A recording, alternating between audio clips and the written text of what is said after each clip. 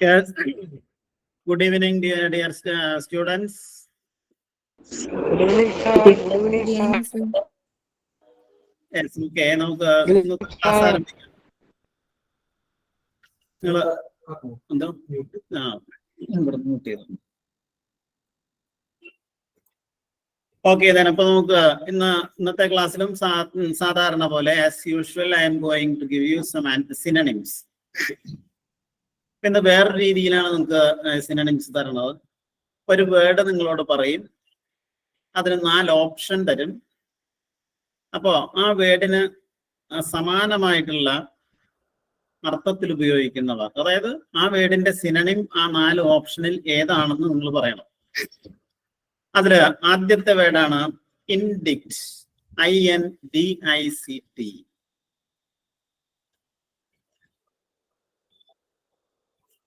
ഇൻഡിക്റ്റ് എന്ന് പറഞ്ഞാൽ പിഴ ചുമത്തുക അല്ലെങ്കിൽ കുറ്റം ചുമത്തുക. ആ വാക്കിന്റെ മലയാളം മീനിങ് ശ്രദ്ധിക്കണം. പിഴ ചുമത്തുക അല്ലെങ്കിൽ കുറ്റം ചുമത്തുക. Accuse A person.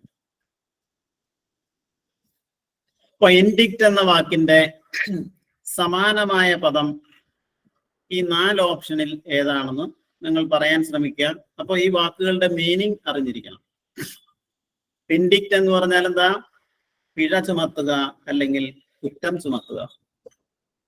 അതിൽ ഓപ്ഷൻ എ ഒന്നതാണ് കണ്ടം, CONDEMN.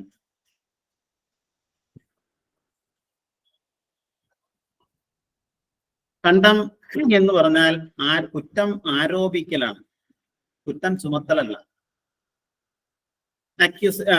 കണ്ടം കുറ്റം ആരോപിക്കൽ. മറ്റൊന്ന് ബി റെപ്രിമാൻഡ്, REPRIMAND, റെപ്രിമാൻഡ്. റെപ്രിമാൻഡ് നല്ലൊരു പദമാണ്. അതിന്റെ മീനിങ് ശകാരിക്കുക അല്ലെങ്കിൽ ശാസിക്കുക. Express severe disapproval of somebody or someone. ശകാരിക്കുക അല്ലെങ്കിൽ ശാസിക്കുക. അപ്പൊ ഇൻഡിക്റ്റിന്റെ സിനണിം അല്ല reprimand. Option C accuse, ACCUSE. Accuse എന്ന് പറഞ്ഞാൽ കുറ്റം ചുമത്തുക അല്ലെങ്കിൽ പിഴ ചുമത്തുക. ഇതിൽ ഓപ്ഷൻ സി ആണ് ശരി. മറ്റൊരു ഓപ്ഷൻ കൂടിയുണ്ട്, ഓപ്ഷൻ ഡി. അതെന്താണെന്നും കൂടി നിങ്ങൾ മനസ്സിലാക്കുക. കാരണം വാക്കുകൾ തമ്മിൽ ഏകദേശം ഒന്നാണെന്ന് നമുക്ക് തോന്നുമെങ്കിലും അവ തമ്മിൽ സ്ലൈറ്റ് ഡിഫറൻസ് ഉണ്ട് മീനിങ്ങിൽ. മറ്റൊന്ന് അലീജ്, ALLEGE, അലീജ്. അലീജ് എന്ന് പറഞ്ഞു കഴിഞ്ഞിട്ടുണ്ടെങ്കിൽ ആരോപിക്കുക എന്ന് തന്നെയാണ് അതിന്റെ അർത്ഥം. പക്ഷെ തെളിവില്ലാത്ത ഒരു വസ്തുതയാണെന്ന് പ്രസ്താവിക്കുന്നതിനാണ് നമ്മൾ അലീജ് എന്ന് പറയുന്നത്. അല്ലെങ്കിൽ ഉറപ്പിച്ച് പറയുക എന്നൊക്കെ നമ്മൾ പറയും. അതിന്റെ നൗൺ ഫോം ആണ് അലിഗേഷൻ. അപ്പൊ ഇവിടെ ഇൻഡിക്റ്റ് എന്നുള്ളതിന്റെ സിനണിമാണ് അക്യൂസ്. ഓപ്ഷൻ സി ആണ് ഇവിടുത്തെ right answer. Next second question ശ്രദ്ധിക്കുക. സിൻഡിലേറ്റിംഗ്, അതിന്റെ സ്പെല്ലിംഗ് നോക്കാം. SCINT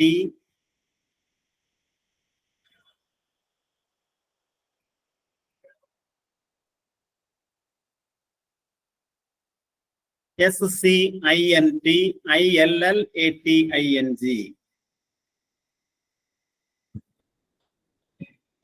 ഞാൻ വീണ്ടും പറയാം നിങ്ങളോട്. സിൻഡിലേറ്റിംഗ്, SCINTILLATING. സിൻഡിലേറ്റിംഗ് എന്ന് പറഞ്ഞാൽ അഡ്ജക്റ്റീവ് ആണ്. അതിന്റെ അർത്ഥം തിളങ്ങുന്ന അല്ലെങ്കിൽ സ്ഫുരിക്കുന്ന എന്നൊക്കെയാണ് അതിന്റെ അർത്ഥം. സിൻഡിലേറ്റ് എന്ന ഒരു വെർബുണ്ട്, SCINTILLATE, സിൻഡിലേറ്റ്. സിൻഡിലേറ്റ് എന്ന് പറഞ്ഞാൽ സ്ഫുരിക്കുക അല്ലെങ്കിൽ മതിപ്പ് നേടുക, ഖ്യാതി നേടുക എന്നൊക്കെയാണ് അതിന്റെ അർത്ഥം. അതിന്റെ അഡ്ജക്റ്റീവൽ ഫോം ആണ് എന്ത്? സിൻഡിലേറ്റിംഗ്, തിളങ്ങുന്ന അല്ലെങ്കിൽ സ്ഫുരിക്കുന്ന. ഇതിന് സമാനമായിട്ടുള്ള പദം ഈ 4 ഓപ്ഷനിൽ ഏതായിരിക്കും? Then let me read those 4 options for you. You have to pick out. Option A, smoldering, അതിന്റെ ഓരോന്നിന്റെ മീനിങ് നിങ്ങൾ മനസ്സിലാക്കണം. അതിനു വേണ്ടിയിട്ടാണ് ഞാൻ ക്വസ്റ്റ്യൻ ഈ രീതിയിൽ ഇട്ടത്. സ്മോൾഡറിങ്, SMOULDERING.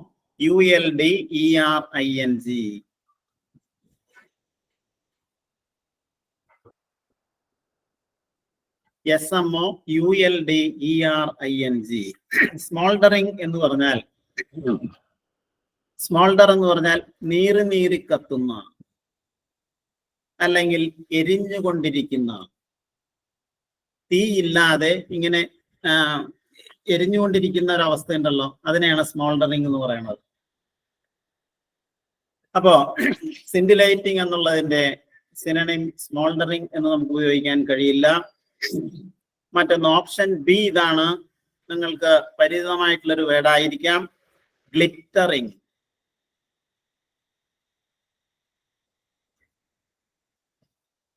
GLITTERING. ഓപ്ഷൻ ബി ആണ് റൈറ്റ് ആൻസർ. അപ്പൊ സിൻഡിലൈറ്റിംഗ്, അതിന്റെ best suited word is the option B, that is glittering. അടുത്ത രണ്ട് ഓപ്ഷനും കൂടി ഒന്ന് വായിച്ചേക്കാം. കാരണം ആ ഓപ്ഷൻ വായിക്കുമ്പോൾ നിങ്ങൾക്ക് അറിയില്ലാത്ത പദങ്ങളാണെങ്കിൽ അത് നിങ്ങളുടെ വൊക്കാബുലറിയിലേക്ക് ഒരു മുതൽക്കൂട്ടായിരിക്കും. Option C, touching, TOUCHING. Touching എന്ന് പറഞ്ഞാൽ സ്പർശിക്കുന്ന. മറ്റൊന്ന് വാമിങ്, WARMING, വാമിങ്. വാമിങ് എന്ന് പറഞ്ഞാൽ എ വാമിങ് വെൽക്കം, ഊഷ്മളമായ അല്ലെങ്കിൽ തീക്ഷ്ണമായ എന്നൊക്കെയാണ് ആ വാക്കിന്റെ അർത്ഥം. അപ്പൊ സെക്കൻഡ് ക്വസ്റ്റ്യന്റെ ആൻസർ ഓപ്ഷൻ ബി, സിൻഡിലൈറ്റിംഗ് എന്നുള്ളതിന്റെ സിനണിമാണ് ഗ്ലിറ്ററിങ്.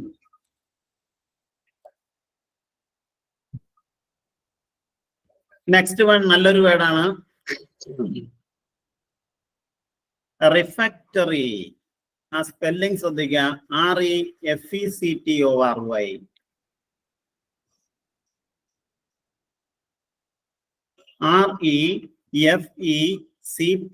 REFECTORY. ഈ റിഫാക്ടറി എന്ന് പറഞ്ഞ വേർഡ് ഉണ്ടായിട്ടുള്ളത് റിഫക്ട് എന്ന ഒരു വേർഡിൽ നിന്നാണ്. റിഫക്ട് എന്ന് പറഞ്ഞാൽ ലഘുഭക്ഷണം, അതായത് റിഫക്ട് ഒരു വെർബാണ്. അതിന്റെ അർത്ഥം ലഘുഭക്ഷണം കഴിക്കുക. നമ്മൾ ഈ വൈകിട്ടൊക്കെ ചായ കുടിക്കുമ്പോൾ അതിന്റെ കൂടെ എന്തെങ്കിലും ലഘുവായ ഭക്ഷണം കഴിക്കില്ലേ, അതിനെ റിഫക്ട് ചെയ്യുന്നു എന്നാണ് പറയുന്നത്. അപ്പൊ റിഫക്ട് എന്ന വാക്കിന്റെ നിന്നുണ്ടായിട്ടുള്ള ഒരു നൗൺ ഫോമാണ് റിഫാക്ടറി. ഈ റിഫാക്ടറി, അതിൽ നിന്ന് മറ്റൊരു നൗൺ ഫോം കൂടി ഉണ്ട്, റിഫക്ഷൻ. റിഫക്ഷൻ എന്ന് പറഞ്ഞാൽ അല്പാഹാരം, മിതഭക്ഷണം. അപ്പോ റിഫാക്ടറി എന്ന് പറഞ്ഞ വാക്കിന്റെ മീനിങ് അതൊന്നുമല്ല, ഭക്ഷണശാല അല്ലെങ്കിൽ ഭോജനശാല എന്നാണ്. അത് എല്ലായിടത്തുമുള്ള ഭക്ഷണശാലയെയും ഭോജനശാലയെയും നമുക്ക് റിഫാക്ടറി എന്ന് പറയാൻ പറ്റില്ല. Especially A dining hall in A monastery or university. ഒരു സന്യാസി മഠത്തിലെയോ അല്ലെങ്കിൽ ഒരു യൂണിവേഴ്സിറ്റിയിലെയോ ഭക്ഷണശാലയെ വിളിക്കുന്ന പേരാണ് റിഫാക്ടറി. ഹോട്ടലല്ല, റെസ്റ്റോറന്റും അല്ല. What is refractory?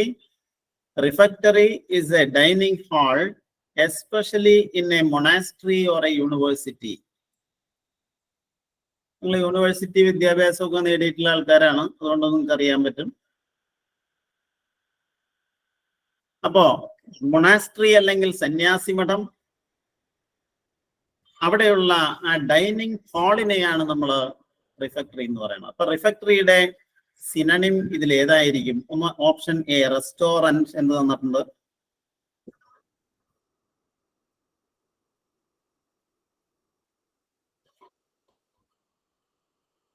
Okay, restaurant.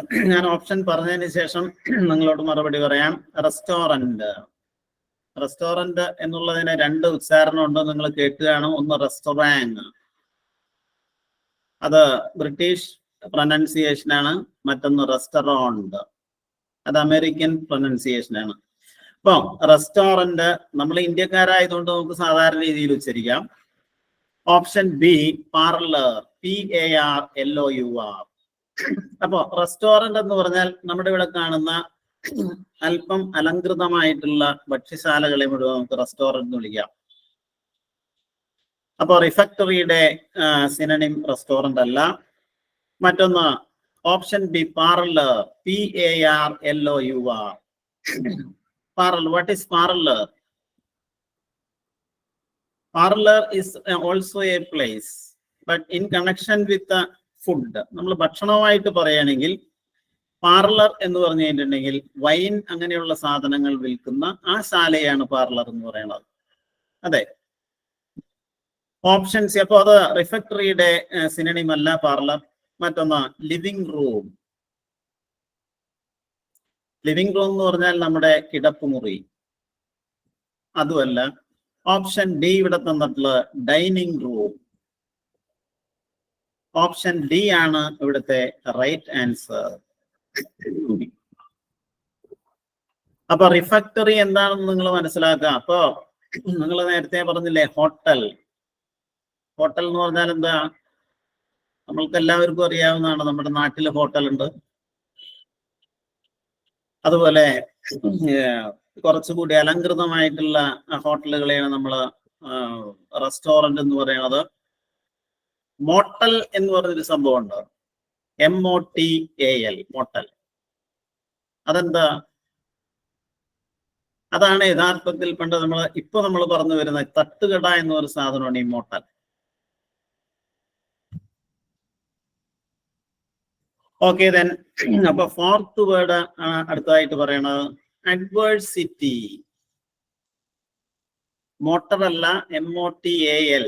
MOTEL എന്നാണെന്ന് എനിക്ക് തോന്നുന്നത്. അതിന്റെ സ്പെല്ലിംഗ് ഞാൻ മറന്നുപോയി. മോട്ടൽ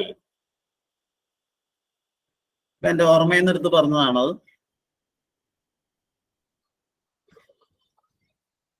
MOTEL അത് തന്നെ. നെക്സ്റ്റ് അഡ്വേഴ്സിറ്റി എന്ന അടുത്തൊരു വേർഡാണ് ADVERSITY. നമുക്കറിയാം അഡ്വേഴ്സ്. അഡ്വേഴ്സ് എന്ന് പറഞ്ഞാൽ പ്രതികൂലമായ, അല്ലെ? ഹോസ്റ്റൈൽ, ഒരു അഡ്വേഴ്സ് സർക്കംസ്റ്റൻസ്, പ്രതികൂലമായ സാഹചര്യം എന്നാണ് അതിന്റെ അർത്ഥം. അപ്പോ അഡ്വേഴ്സിറ്റി എന്ന് പറഞ്ഞാൽ അഡ്വേഴ്സ് എന്ന ആ അഡ്ജക്റ്റീവിന്റെ നൗൺ ഫോം ആണെന്ത്? അഡ്വേഴ്സിറ്റി. അഡ്വേഴ്സിറ്റി മീൻസ് കലാമിറ്റി, അല്ലെങ്കിൽ മലയാളത്തിൽ പറയുകയാണെങ്കിൽ ആപത്തുകാലം, അല്ലെങ്കിൽ കഷ്ടകാലം, വിപത്ത്, ഫെയിലിയർ, പരാജയം എന്നൊക്കെ നമുക്ക് പറയാം.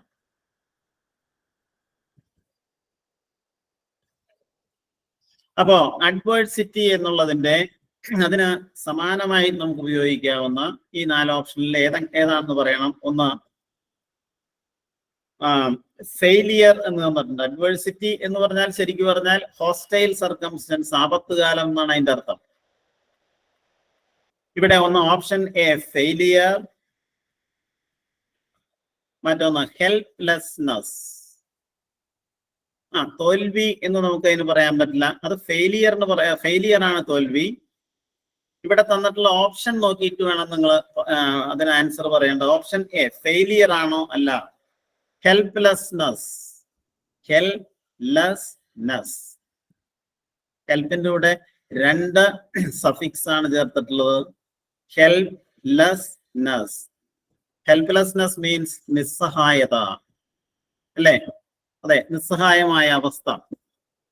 Option C misfortune. Misfortune.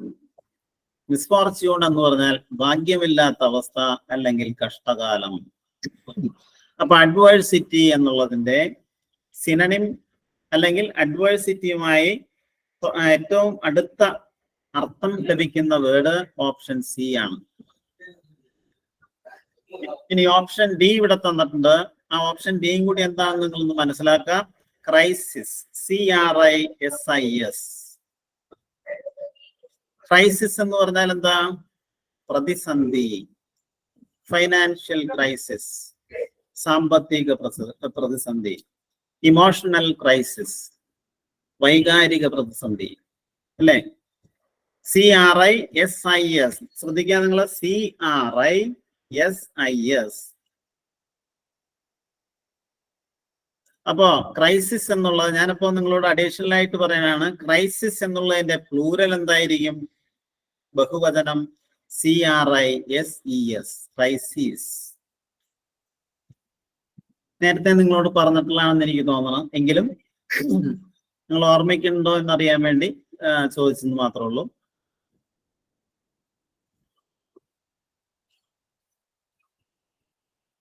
Next fourth word ഇതാണ്.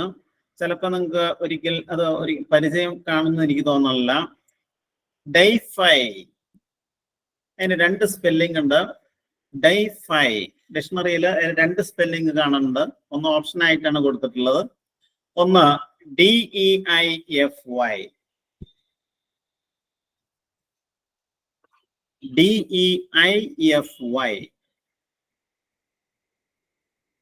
ഡൈഫൈ എന്നാണ് അതിന്റെ ഉച്ചാരണം. ഇതിന് സമാനമായ മറ്റൊരു പദമുണ്ട്, DEFY, ഡിഫൈ. അത് ഏകദേശം ഇതിൽ ഒരു ഐ കൂടുതലുണ്ട്, ഡിഫൈയില് ഐ ഇല്ല. പക്ഷെ അവ തമ്മിൽ അർത്ഥത്തിൽ വളരെ വ്യത്യാസമുണ്ട്. ഇപ്പൊ നമ്മൾ പറഞ്ഞ ഈ വേർഡ് ഡൈഫൈ എന്ന ഈ വേർഡിന്റെ മീനിങ് ദൈവമാക്കുക, അല്ലെങ്കിൽ ട്രീറ്റ് ലൈക്ക് എ ഗോഡ്, ദൈവമായി നനയ്ക്കുക, അല്ലെങ്കിൽ ദിവ്യത്വം കൽപ്പിക്കുക എന്നൊക്കെയാണ് ഈ വാക്കിന്റെ അർത്ഥം. അതിന്റെ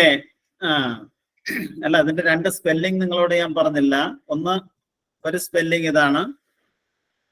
പിന്നെ ലേറ്റസ്റ്റ് ആയിട്ട് നമ്മുടെ ടി രാമലിംഗം പിള്ളയുടെ ലേറ്റസ്റ്റ് ഡിക്ഷണറിയിൽ നോക്കിക്കഴിഞ്ഞപ്പോ അതിന് ഇങ്ങനെ ഒരു സ്പെല്ലിംഗ് കൂടി കണ്ടു. ആ സ്പെല്ലിംഗ് ഇതാണ്, DEIIFY.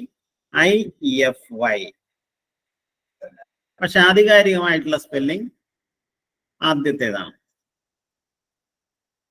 ഇപ്പൊ ഡൈഫൈ എന്ന് പറഞ്ഞാൽ ദൈവമായി നമ്മൾ പരിഗണിക്കുക, അല്ലെങ്കിൽ ദിവ്യത്വം കൽപ്പിക്കുക എന്നൊക്കെ നമ്മൾ, അതാണ് അതിന്റെ മീനിങ്. അതിന്റെ ഓപ്ഷൻ ഇവിടെ തന്നിട്ടുള്ള ഓപ്ഷൻ എല്ലാം വായിച്ചു നോക്കണം, നിങ്ങൾക്ക് ഉത്തരം പറയാൻ കഴിയും. പക്ഷെ ആ ഓപ്ഷനിൽ ഓരോ വേർഡിന്റെയും deify means treat somebody like a god. അതില് ഒന്നാമത്തേത് ഓപ്ഷൻ ഇതാണ്, flatter, FLATTER, flatter. Flatter means മുഖസ്തുതി പറയുക, അല്ലേ? അപ്പോ ഡൈഫൈ എന്നുള്ളതിന്റെ സിനണിം അല്ല ഫ്ലാറ്റർ. മറ്റൊന്ന് ഓപ്ഷൻ ബി ഇതാണ്, ചലഞ്ച്, CHALLENG, ചലഞ്ച്, വെല്ലുവിളിക്കുക. ഡിഫൈയുമായിട്ട് യാതൊരു ബന്ധവുമില്ല. മറ്റൊന്ന് വർഷിപ്പ്, WORSHIP, വർഷിപ്പ്. യെസ്, ഡൈഫൈ എന്നുള്ളതിന്റെ സിനണിമാണ് വർഷിപ്പ്, ആരാധിക്കുക, പൂജിക്കുക എന്നൊക്കെ നമ്മൾ പറയില്ലേ. ലാസ്റ്റ് ഓപ്ഷൻ കൂടി നിങ്ങൾ അതിന്റെ മീനിങ് മനസ്സിലാക്കാം, കാരണം ഇങ്ങനെ ചോദിക്കാറുണ്ട് ചോദ്യങ്ങള്. Face, FAC, face. ഫേസ് എന്ന് പറഞ്ഞാൽ നമുക്ക് എല്ലാവർക്കും അറിയാം, അത് നൗൺ ആയിട്ട് ഉപയോഗിക്കുമ്പോൾ അതിന്റെ അർത്ഥം മുഖം എന്നാണ്. Face of that person. But face നമ്മള് വെർബായിട്ട് ഉപയോഗിക്കുമ്പോൾ അഭിമുഖീകരിക്കുക എന്നാണ് അതിന്റെ അർത്ഥം. എതിരിടുക എന്ന് പറയാൻ പറ്റില്ല, അഭിമുഖീകരിക്കുക, നേരിടുക, അല്ലേ? ഓക്കെ.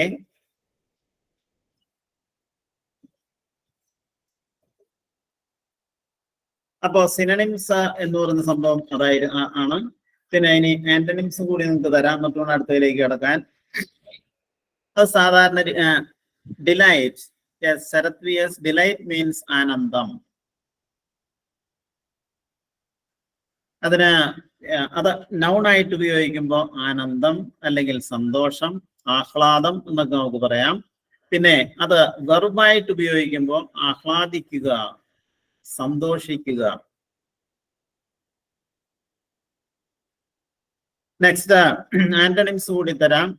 DEFY, ഡിഫൈ എന്നുള്ള വാക്കിന്റെ മീനിങ് അല്ലേ ചോദിച്ചത്? എതിർക്കുക, റെസിസ്റ്റ് സ്ട്രോങ്ലി. Resist strongly. ഇനി നമുക്ക് let us come to the next portion, that is antonyms. The first word is this. Sorry. അതും ഇതുപോലെ തന്നെ ക്വസ്റ്റ്യൻസ് ആയിട്ടാണ് ഞാൻ ഇന്ന് ഇവിടെ ഫോം ചെയ്തിട്ടുള്ളത്. ഫസ്റ്റ് വൺ, ആ ക്വസ്റ്റ്യൻ നിങ്ങൾ ശ്രദ്ധിക്കുക. The antonym of frequent, frequent.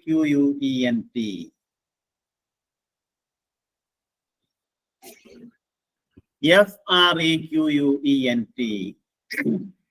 അപ്പൊ ഇതിന് നിങ്ങൾക്ക് ആൻസർ എഴുതണമെന്നുണ്ടെങ്കിൽ ഫ്രീക്വന്റ് എന്ന ആ വേർഡിന്റെ മീനിങ് നിങ്ങൾ അറിഞ്ഞിരിക്കണം. തുടർച്ചയായ, പതിവായ. Shajin Varghese, you are right.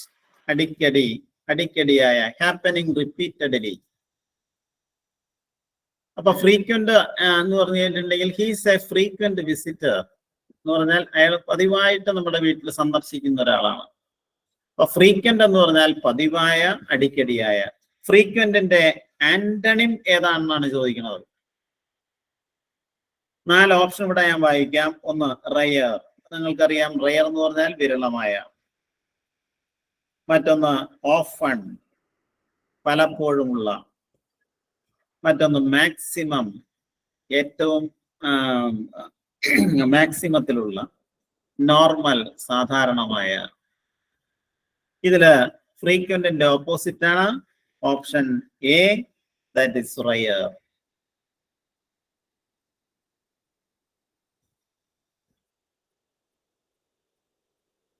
Then is it clear for you? Then the next question is this. The antonym of tedious, tedious.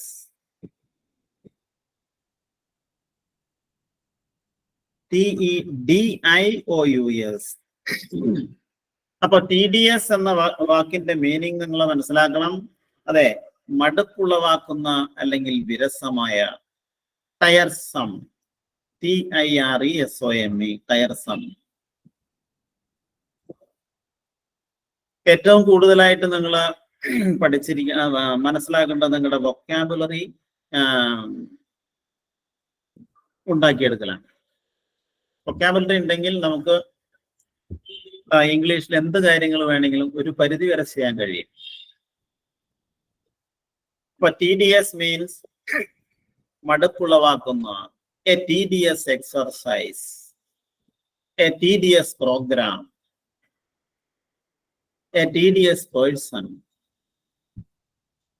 അപ്പൊ TDSന്റെ ആന്റണിം ഇതിൽ ഏതായിരിക്കും? ഒന്ന്, option A, dull, DULL, dull. നിങ്ങൾക്ക് എല്ലാവർക്കും അറിയാം. All of you are familiar with this word dull. Dull means വിരസമായ. Next, relaxed. അതിന്റെ ഓരോന്നിന്റെ ഓരോ ഓപ്ഷൻ, ഈ ഓപ്ഷനിൽ ഓരോ വാക്കുകളുടെയും മീനിങ് നിങ്ങൾ മനസ്സിലാക്കി വച്ചിരിക്കണം. ഒന്ന്, റിലാക്സ്ഡ്, RELAXED. റിലാക്സ്ഡ് എന്ന് പറഞ്ഞാൽ മാനസിക ഉല്ലാസമുള്ള അല്ലെങ്കിൽ അയഞ്ഞ. become less tense. മറ്റൊന്ന്, timid, TIMID. Option C, timid ആണ്. ടിമിഡ് എന്ന് പറഞ്ഞാൽ ഭയന്ന അല്ലെങ്കിൽ ധൈര്യഹീനമായ അല്ലെങ്കിൽ ലജ്ജയുള്ള, ഷൈ. ഓപ്ഷൻ ഡി, ഇൻട്രസ്റ്റിംഗ്, അത് രസകരമായ. ഇതില് TDS മടുപ്പുളവാക്കുന്ന എന്നുള്ളതിന്റെ ഓപ്പോസിറ്റ് ഏതായിരിക്കും? റിലാക്സ്ഡ് എന്നുള്ളതാണ്. Relaxed, RELAXED.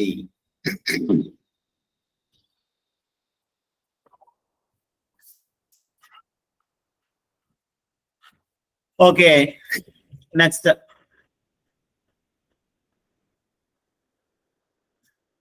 നേരത്തെ നിങ്ങളോട് പറഞ്ഞൊരു വേർഡ് തന്നെയാണ്, അതിന്റെ ആന്റണിം ആണ് ഇവിടെ പറയുന്നത്. അതെ, ആരോ ചോദിച്ച പോലെ TDS എന്നുള്ളതിന്റെ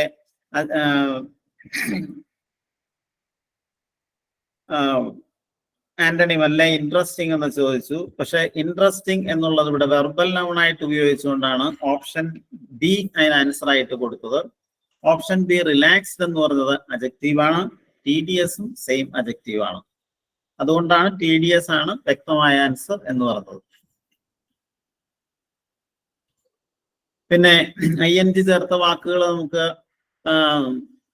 അജക്റ്റീവായിട്ട് ഉപയോഗിക്കാം. പക്ഷെ ഇവിടെ അത് വെർബൽ നൗൺ ആണ്. അതുകൊണ്ടാണ് TDSന്റെ ഓപ്പോസിറ്റ് റിലാക്സ്ഡ് എന്ന് പറഞ്ഞത്. Next, antonym of the word acute, ACQUIT. Acute നേരത്തെ പറഞ്ഞതാണ്. അക്യൂട്ട് എന്ന് പറഞ്ഞാൽ എന്താ? സോറി, നേരത്തെ പറഞ്ഞിട്ടില്ല. Antonym of the word acute, ACQUIT. Acute എന്ന് പറഞ്ഞാൽ എന്താ? കുറ്റവിമുക്തനാക്കുക, അല്ലെങ്കിൽ വെറുതെ വിടുക, കുറ്റം ചെയ്തിട്ടില്ല എന്ന് തെളിയിക്കുക. Discharge from an accusation or crime, that is acute. Acute എന്നുള്ളതിന്റെ നൗൺ ഫോം ആണ് അക്യൂസേഷൻ, കുറ്റവിമുക്തമാക്കൽ. അപ്പോ അക്യൂട്ട് എന്നുള്ളതിന്റെ ആന്റണിം, അക്യൂട്ട് വെർബാണ്, കുറ്റവിമുക്തമാക്കുക എന്നാണ് അതിന്റെ അർത്ഥം. അതിന്റെ ഓപ്പോസിറ്റ് ഏതാണെന്ന് ഒന്ന്, ഡിഫീറ്റ്. ഓപ്ഷൻ എ ഇതാണ്, ഡിഫീറ്റ്. ഡിഫീറ്റ് ആണോ? ഡിഫീറ്റ് എന്ന് പറയുന്ന വാക്കിന്റെ അർത്ഥം എന്താണ്? നോ. ഡിഫീറ്റിന്റെ meaning, you are liable to explain what is the meaning of defeat. Defeat means പരാജയപ്പെടുത്തുക അല്ലെങ്കിൽ തോൽപ്പിക്കുക, അല്ലെ? അപ്പോ അക്യൂട്ടിന്റെ ഓപ്പോസിറ്റ് അല്ല ഏത്? ഡിഫീറ്റ്. മറ്റൊന്ന് റിലാക്സ്. റിലാക്സ് എന്ന് പറഞ്ഞിട്ടുണ്ടെങ്കിൽ നേരത്തെ പറഞ്ഞ പോലെ മനസ്സലിയുക, മാനസിക ഉല്ലാസം ലഭിക്കുക. അപ്പൊ അക്യൂട്ടിന്റെ ഓപ്പോസിറ്റ് അതുമല്ല. മറ്റൊന്ന് കണ്ടം, CONDEMN. കണ്ടം എന്ന് പറഞ്ഞാൽ എന്താ? കുറ്റം ആരോപിക്കുക, പ്രൊനൗൺസ് ഗിൽറ്റി.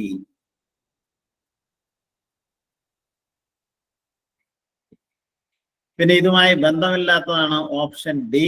ആ വേർഡ് കൂടി നിങ്ങൾ മനസ്സിലാക്കുക. Indigenous, INDIGENOUS. ഇൻഡിജിനസ് മീൻസ് സ്വദേശീയമായ അല്ലെങ്കിൽ നാടനായ, ആൻ ഇൻഡിജിനസ് പ്രൊഡക്റ്റ്. അപ്പൊ അക്യൂട്ട് എന്നുള്ളതിന്റെ ഓപ്പോസിറ്റ് ആണ് കണ്ടം.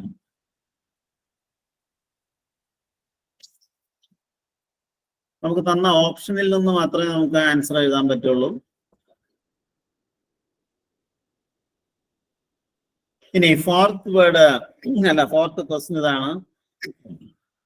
The antonym of rapid, RAPID.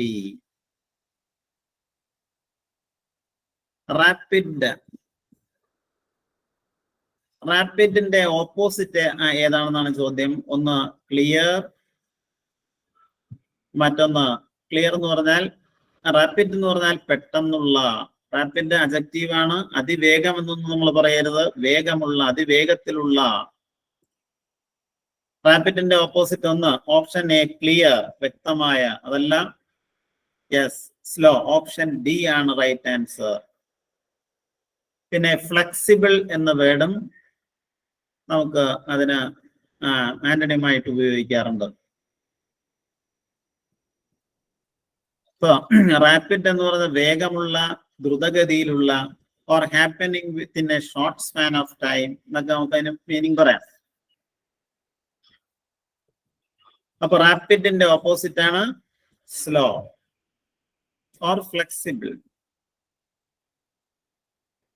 Next, നിങ്ങൾക്ക് എല്ലാവർക്കും അറിയാവുന്ന ഒരു വേർഡാണ് payment, PAYMENT. Antonym of payment is, Rijo?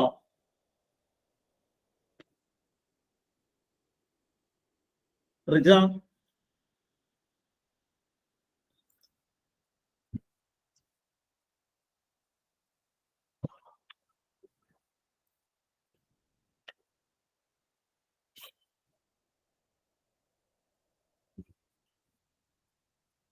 ഒരു മിനിറ്റ്.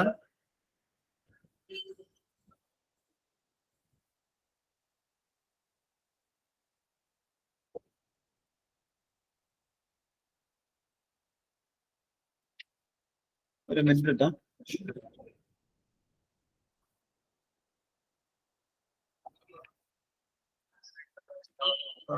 ഞാൻ ക്ലിക്ക് ചെയ്ത് നോക്കി, പക്ഷെ ശരിയാണുള്ളത്. ഇതാണോ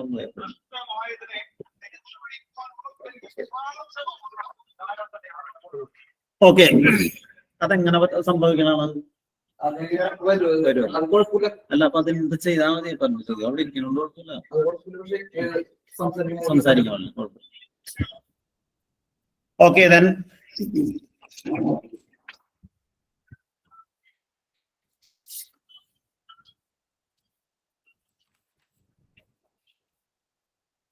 അപ്പോ പേയ്മെന്റ് എന്നൊരു വേർഡാണ് PAYMENT. Antonym of payment. Payment എന്ന വാക്കിന്റെ മീനിങ് യെസ് ഫൂളിഷ്. സിദ്ധാർത്ഥ് 2-3 പ്രാവശ്യമായി ചോദിക്കണം. ഫൂൾ എന്ന് പറഞ്ഞാൽ എന്താ? FOOL, ഫൂൾ, വിഡ്ഢി. അതിന്റെ കൂടെ ISH എന്ന് ചേർത്താൽ അത് അഡ്ജക്റ്റീവായി വിഡ്ഢിയായ. ഫൂൾ, വിഡ്ഢി. ഫൂളിഷ് എന്ന് പറഞ്ഞാൽ വിഡ്ഢിയായ. A foolish fellow. കണ്ടോ? ആ ഫെല്ലോ എന്നുള്ളതിനെ വിശേഷിപ്പിക്കാൻ അതിന് മുൻപിൽ നമ്മൾ ചേർത്ത വേർഡാണ് ഫൂളിഷ് എന്ന അഡ്ജക്റ്റീവ്. അപ്പോ അതിന്റെ മീനിങ് വിഡ്ഢിയായ. നെക്സ്റ്റ്, അപ്പോ പേയ്മെന്റ് എന്ന ആ വേർഡിന്റെ ആന്റണിം പണം കൊടുക്കൽ. Very good. ആരാ പറഞ്ഞത്? സജിത് രാജ്. ധന്യം പറഞ്ഞു. ഓർ ആക്ട് ഓഫ് പേയിങ് അല്ലെ? അതിന്റെ ആന്റണിം ഇതിൽ ഏതായിരിക്കും? ഒന്ന് റെസീപ്റ്റ്. നോൺ പേയ്മെന്റ് എന്ന ഓപ്ഷൻ ഇവിടെ തന്നിട്ടില്ല. നമുക്ക് തന്നിട്ടുള്ള ഓപ്ഷനിൽ നിന്ന് നമുക്ക് ആൻസർ എഴുതാൻ പറ്റും. ഓപ്ഷൻ എ റെസീപ്റ്റ്, പണം സ്വീകരിക്കൽ അല്ലെ? മറ്റൊന്ന് അക്വിറ്റൻസ്. അക്വിറ്റ് എന്ന വാക്കിന്റെ നൗൺ ഫോമാണ് അക്വിറ്റൻസ്.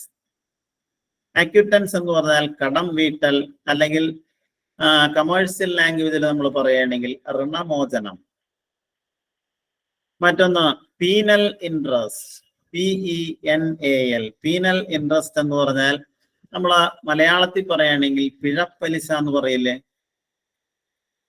Option D expenditure.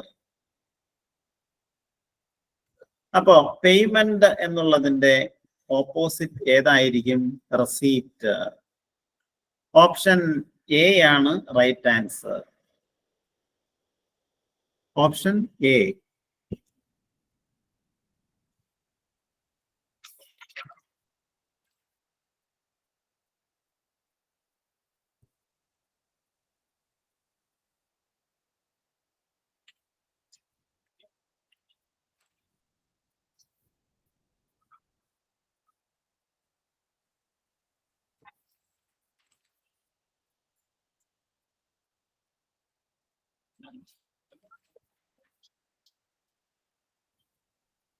Okay then ഇപ്പോ ക്വസ്റ്റ്യൻസ് ആണെന്ന് ഇന്നിപ്പോ നമ്മൾ ആൻസർ ചെയ്യണം. ഗ്രാമർ പോർഷൻസ് അതിനിടയ്ക്ക് ഇങ്ങനെ പറഞ്ഞുകൊണ്ടിരിക്കാം.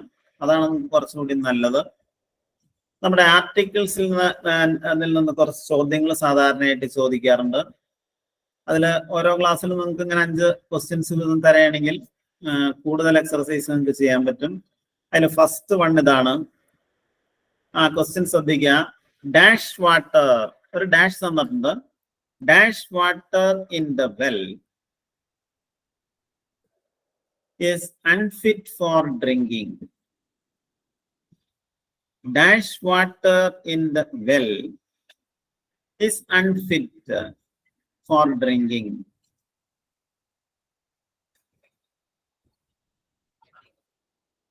Yes, our reporter speech നിങ്ങൾക്ക് പറഞ്ഞു തരാം. എന്റെ ഇത് വരണേ ഉള്ളൂ. അപ്പൊ ഡാഷ് വാട്ടർ എന്നുള്ള ആ ഭാഗത്ത്, ഡാഷിന്റെ ഭാഗത്ത് നിങ്ങൾ ഏത് ആർട്ടിക്കിൾ ചേർക്കുന്നാണ് നിങ്ങളോട് ചോദിക്കുന്നത്? ആൻഡ് വാട്ടർ എന്ന് ചേർക്കോ, ദ വാട്ടർ എന്ന് ചേർക്കോ, എ വാട്ടർ, പിന്നെ option D none of these. ഇവിടെ നിങ്ങൾ എന്ത് ചേർക്കണം? The water in the well is unfit four drinking. ഈ കുളത്തിലെ വെള്ളം കുടിക്കാൻ യോഗ്യമല്ല. ഇവിടെ ദ എന്ന് ഉപയോഗിക്കാൻ കാര്യം എന്താണ്? The is called the definite article. Noun ആയതുകൊണ്ടല്ല, നമ്മൾ ഡെഫിനിറ്റ് ആർട്ടിക്കിൾ ദ ഉപയോഗിക്കുന്ന ഒരുപാട് സാഹചര്യങ്ങളുണ്ട്. ഞാൻ നിങ്ങൾക്ക് പറഞ്ഞിട്ടുണ്ടോ എന്ന് എനിക്കറിയില്ല. ഇല്ലെങ്കിൽ നിങ്ങൾ എന്നോട് പറയാം, പിന്നീട് പറഞ്ഞു തരുന്നതായിരിക്കും. The water in the well, ഈ കുളത്തിലെ ആ വെള്ളം. നമ്മൾ ഡെഫിനിറ്റ് ആയിട്ടുള്ള ഒരു കാര്യം, നിശ്ചിതമായ വ്യക്തമായ ഒരു കാര്യം പറയുമ്പോൾ നമ്മൾ ദ എന്ന് ഉപയോഗിക്കണം. അപ്പൊ ഞാൻ പറയണ, I saw a beggar on the road. I saw a beggar on the road. ഞാൻ റോട്ടിൽ വെച്ച് ഒരു യാചകനെ കണ്ടു. വീണ്ടും ഞാൻ ആ യാചകനെ കുറിച്ച് പറയണം. The beggar came to me with outstretched hands. The beggar, ആ ബഗർ എന്താ, നമ്മൾ പർട്ടിക്കുലറൈസ് ചെയ്ത് ഒരാളെ കുറിച്ചോ ഒരു വസ്തുവിനെ കുറിച്ചോ പറയുമ്പോൾ നമ്മൾ definite article the must be used. അപ്പൊ ഈ ക്വസ്റ്റ്യൻസ് ആൻസർ ചെയ്യാം, എന്നിട്ട് നമുക്ക് അതിന് ശേഷം ബാക്കി പറഞ്ഞു തരുന്നതായിരിക്കും. The water in the well is unfit four drinking.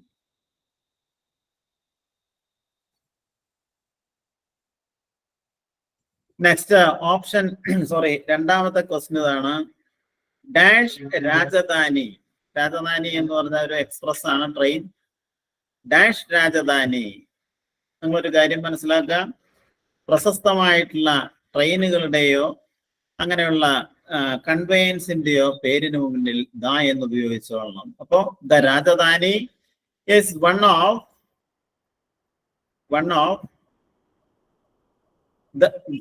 പിന്നെ വൺ ഓഫ് കൈൻഡ് ഡാഷ് തന്നിട്ടുണ്ട്.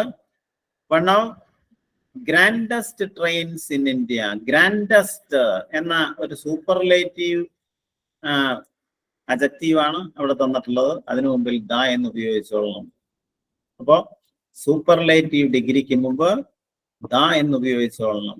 The greatest, the smallest, the smartest, the most beautiful, the brightest. ഇതുപോലെ സൂപ്പർലേറ്റീവ് ഡിഗ്രി ഏതാണോ അതിനു മുമ്പിലെല്ലാം ദ എന്ന് ഉപയോഗിച്ചോളണം. അപ്പൊ ഈ വാക്യം, ഈ സെന്റൻസ് നമ്മൾ എഴുതുമ്പോ the Rajdhani express is one of the greatest trains in India. ഇന്ത്യയിലെ ഗ്രേറ്റസ്റ്റ് ആയിട്ടുള്ള ട്രെയിനുകളിൽ ഒന്നാണ് ഏത്? രാജധാനി. വൺ ഓഫ് എന്ന് പറഞ്ഞാൽ എന്താ? One of the. അത് ഇംഗ്ലീഷിലെ പ്രധാനമായ ഒരു പ്രയോഗമാണ്. അത് നിങ്ങളോടാണോ കഴിഞ്ഞ ദിവസം പറഞ്ഞതെന്ന് എനിക്കറിയില്ല. അത് വൺ ഓഫ് ദ. ഈ വൺ ഓഫ് ദ എന്ന അതിലൊന്ന്.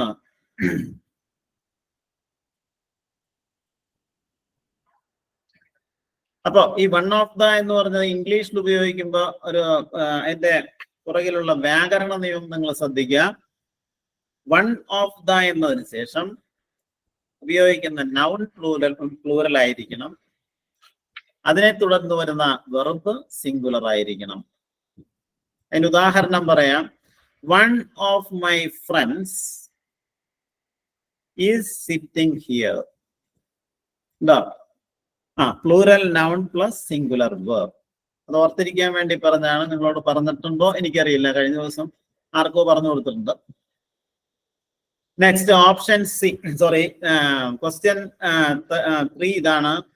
Kerala is dash most literate state. Most എന്ന് കണ്ടാൽ നിങ്ങൾ മനസ്സിലാക്കിക്കൊള്ളണം, അത് സൂപ്പർലേറ്റീവ് ആണ്. അതിനു മുമ്പിൽ ദ എന്നേ ചേർക്കാവൂ. അപ്പോ Kerala is the most literate state. Kerala ഏറ്റവും സാക്ഷരതയുള്ള സംസ്ഥാനമാണ്.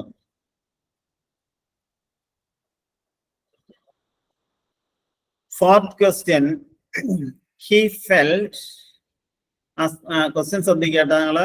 he felt dash happiness. ഞാൻ ഉത്തരം പറഞ്ഞു കഴിഞ്ഞാൽ he felt dash happiness that he had felt before.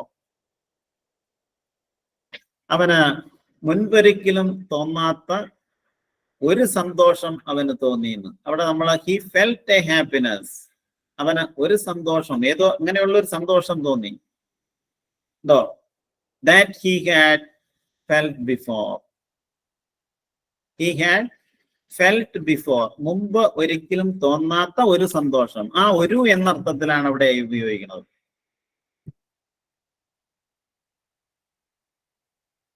Next,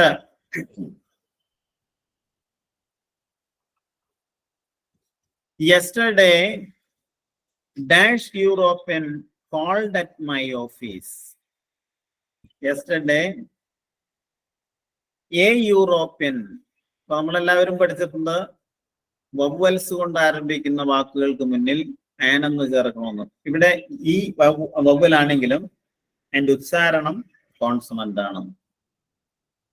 അപ്പൊ അതുകൊണ്ട് a European called at my house എന്നാണ് ശരി.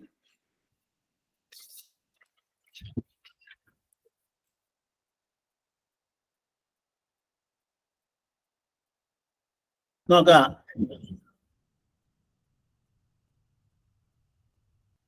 He hadn't felt before. Sorry, he had felt before. Anto, he hadn't alla, he had felt.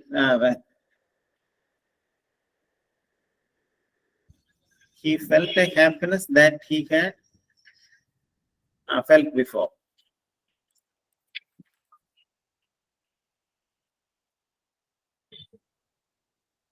Next, അടുത്താണ് noun, pronoun, adjectives. ഇതിൽ നിന്ന് ധാരാളം ചോദ്യങ്ങൾ നമ്മളോട് നിസ്സാരമായ ചോദ്യങ്ങളാണ് ചോദിക്കുന്നത്. പക്ഷെ നിങ്ങൾക്ക് വൊക്കാബുലറി ഉണ്ടെങ്കിലേ അത് വ്യക്തമായിട്ട് ചെയ്യാൻ പറ്റുള്ളൂ. ഇപ്പൊ നൗൺ എന്താണെന്ന് നിങ്ങൾക്കറിയാം, പ്രോനൗൺ അറിയാം, അഡ്ജക്റ്റീവ് എന്താണെന്ന് അറിയാം. ഇവിടെ അതിൽ നിന്ന് ചില ചോദ്യങ്ങൾ നിങ്ങളോട് ചോദിക്കാം. ഒന്നാണ്, they were generous. GENEROUS.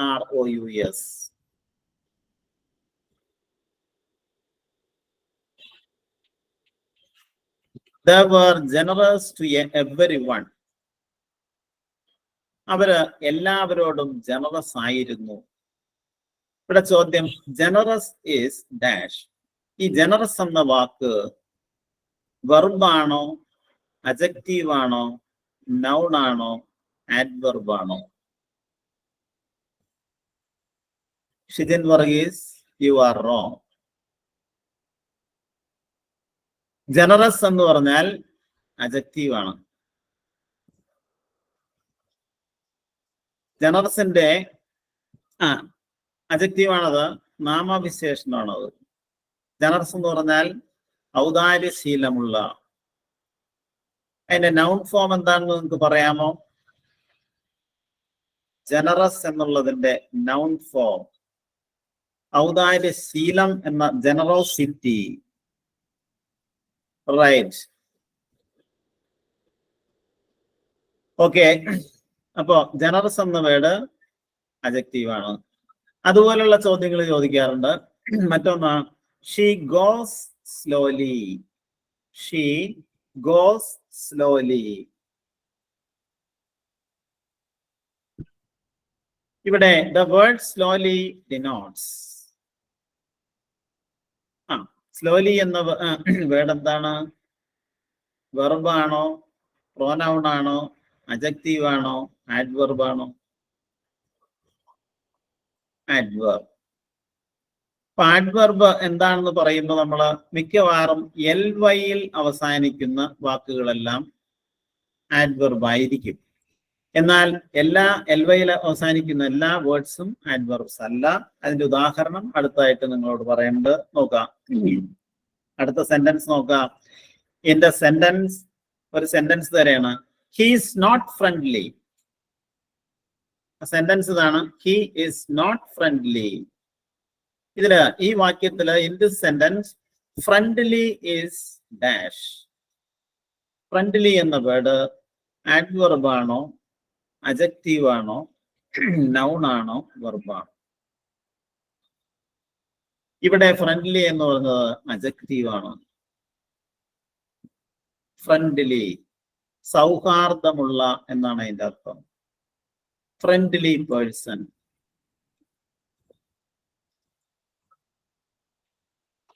Adjective ആണ് ഇവിടെ. എങ്ങനെ അജക്റ്റീവ്സും ആഡ്വർബ്സും ഫോം ചെയ്യാം എന്ന് നിങ്ങൾക്ക് പറഞ്ഞു തന്നോ അറിയില്ല. നിങ്ങൾ എന്തെങ്കിലും മെസ്സേജ് ചെയ്യാം. നിങ്ങൾക്ക് കൂടുതൽ ഡൗട്ട്സ് ഉള്ള ഭാഗങ്ങൾ അത് നമുക്ക് അടുത്ത ക്ലാസ്സുകളിലായിട്ട് നിങ്ങൾക്ക് തരുന്നതായിരിക്കും. നെക്സ്റ്റ് ഫോർത്ത് ക്വസ്റ്റ്യൻ ഇതാണ്. The adjective form of riches. RICHES. Riches എന്ന് പറഞ്ഞാൽ അത് നൗൺ ആണ്. സമ്പത്ത് അല്ലെങ്കിൽ ധനം എന്നൊക്കെയാണ് ആ വാക്കിന്റെ അർത്ഥം. റിച്ചസ്. ഈ റിച്ചസ് എന്നുള്ളതിന്റെ അജക്റ്റീവ് ഏതാണെന്നാണ് ചോദിക്കുന്നത്. ഇവിടെ 4 ഓപ്ഷൻ തന്നിട്ടുണ്ട്. ഒന്ന് റിച്ച്നെസ്, അത് സമ്പന്നത എന്നാണ്, അത് നൗണാണ്. റിച്ച്ലി സമ്പന്നതയോടെ, അത് ആഡ്വർബാണ്. റിച്ചി എന്ന ഒരു വേർഡ് സത്യത്തിൽ ഇംഗ്ലീഷിലില്ല, അത് തെറ്റിദ്ധരിപ്പിക്കാൻ എഴുതിയേക്കാണ്. Option D rich, RICH, rich. അപ്പോ റിച്ചസ് എന്ന് പറയാൻ സമ്പത്ത്, അതിന്റെ അജക്റ്റീവ് സമ്പത്തുള്ള എന്ന വാക്കായിരിക്കണം. അതേതാണ്? റിച്ച് എന്ന ഓപ്ഷൻ ഡി ആണ് ശരിയായ ആൻസർ.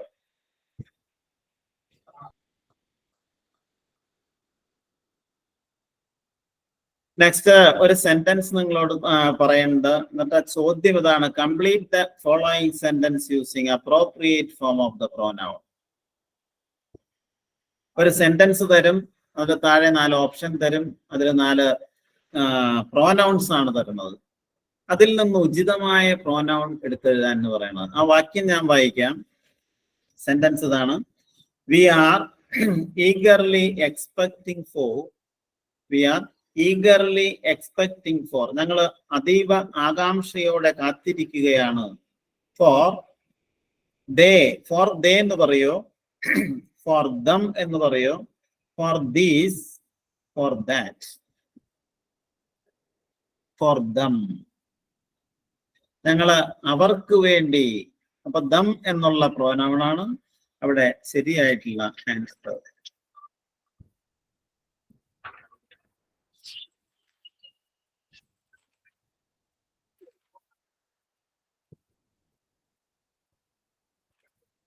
നെക്സ്റ്റ് അടുത്ത ഒരു ഭാഗം കൂടിയുണ്ട്, കൂടി നമുക്കൊന്ന് പറയാം. ചോദ്യം ഞാൻ നിങ്ങളോട് ഇങ്ങനെ പറയാം. സാധാരണയായിട്ട് ചോദ്യം ചോദിക്കുന്നത് എങ്ങനെയായിരിക്കും? Choose the best the alternative which best expresses the meaning of idiom given. ഒരു വാക്യം തന്നിട്ടുണ്ടാവും, ആ വാക്യത്തിൽ ഒരു ഇഡിയം തന്നിട്ടുണ്ടാവും. ആ ഇഡിയത്തിന് സമാനമായ അർത്ഥമുള്ള ഓപ്ഷൻ ഏതാണെന്ന് പറയണം. അപ്പോൾ ആ സെന്റൻസ് വായിക്കാം. ഓക്കെ, ഡൗട്ട്സ് ചോദിക്കാൻ സമയമായി. Okay, then Rijo, just A minute.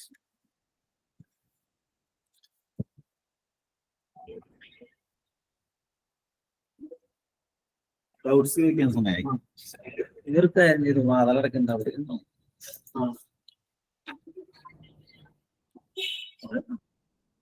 Okay, then unmute ചെയ്ത. അഞ്ഞ് നിങ്ങൾക്ക് സംശയം ഉണ്ടെങ്കിൽ ചോദിക്കാം.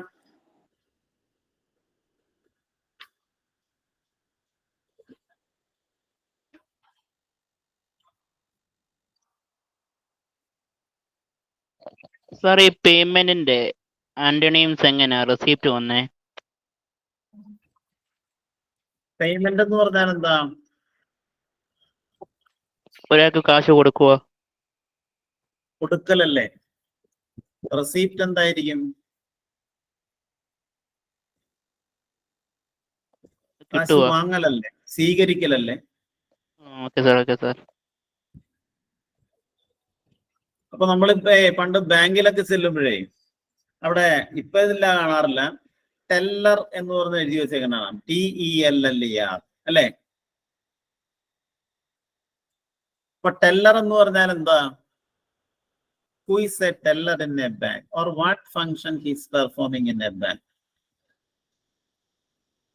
ഇപ്പൊ ഈ അടുത്ത കാലത്തായിട്ട് ടെല്ലർ എന്ന് പറയുന്ന സംഭവം ഇപ്പൊ കാണാറില്ല, എങ്കിലും ഞാൻ നേരത്തെ കണ്ടിട്ടുള്ള ഒരു സംഭവമാണ്. TELLER എന്ന് എഴുതി വെച്ചിട്ടുണ്ടാവും. അപ്പൊ teller in a bank is a person who receives and or gives out money. That is teller. അവിടെ റിസീവ് ചെയ്യേണ്ട, ഗിവ് ഔട്ടും ചെയ്യേണ്ട, പേയ്മെന്റും നടത്തേണ്ടത്, റിസീവും ചെയ്യേണ്ടത്. അതിന് നിങ്ങളുടെ സംശയം ചോദിക്കാം. സിദ്ധാർത്ഥാണ് ചോദിക്കുന്നത്. പറയൂ.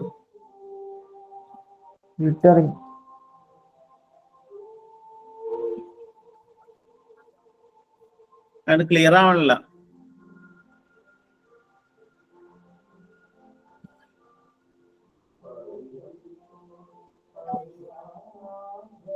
ശബ്ദം കേൾക്കാത്തതാണോ? നെറ്റ്വർക്കിന്റെ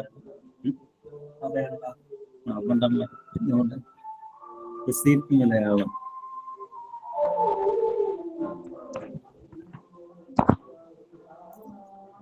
അതങ്ങനെ സംശയം ഉണ്ടേ ചോദിക്കട്ടെ. ഇഡിയംസിന്റെ എടുത്തോണ്ടിരുന്നത് കണ്ടിന്യൂ ചെയ്യണം. ഇപ്പൊ എടുത്തോണ്ടിരിക്കണ കണ്ടിന്യൂ ചെയ്യണം. Okay, then